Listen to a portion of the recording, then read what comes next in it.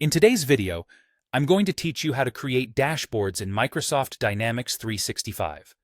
Dashboards in Dynamics 365 are powerful tools that allow you to visualize and interact with your data more effectively. A dashboard is essentially a customizable page packed with data visualizations like charts, views, and lists, offering you a quick glance at key metrics, trends, and top items. These dashboards can be either personal, meaning they are owned by an individual user, or system-based, which are set up by an administrator and shared with various users or teams across the organization. To begin the process of creating a dashboard, you'll first need to access the Dashboards area. Select the app relevant to your needs, whether it be sales, customer service, or another, from the options available. On the navigation pane located on the left side, you will find the Dashboard section. Click into this area to move forward. Once you're inside the Dashboards area, the next step is to initiate the creation of a new dashboard. You will notice a plus new button. Clicking this will prompt you to choose the type of dashboard you'd like to create. You can go for the classic Dynamics 365 dashboard or opt for an interactive dashboard, depending on the type of experience you're aiming to deliver. After making your selection, a dialog will appear showcasing various layout templates. It could be something as simple as a 2-column layout or as complex as a 4-column design. Choose the layout that best matches the components you intend to include. With the layout in place, it's time to add components to your dashboard. Each section of your chosen layout can be populated with different elements.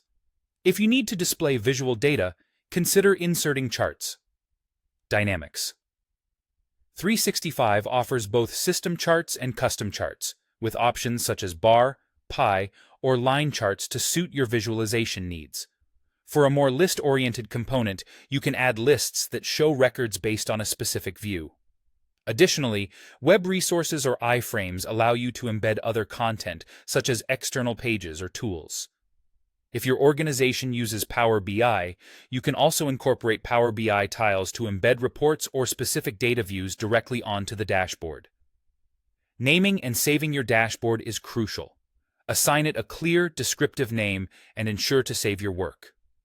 For system dashboards, remember that it may be necessary to publish or select Publish All customizations for your team members or users to access it.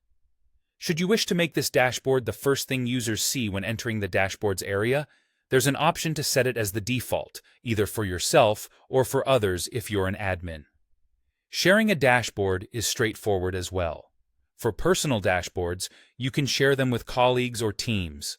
When it comes to system dashboards, control over visibility is typically managed via security roles. It's critical to make sure the right people have the necessary permissions to access the underlying data, including entities, charts, and views. And that's how you create a dashboard in Microsoft Dynamics 365. With these steps, you're well on your way to transforming your data interactions and enhancing the decision-making process in your organization.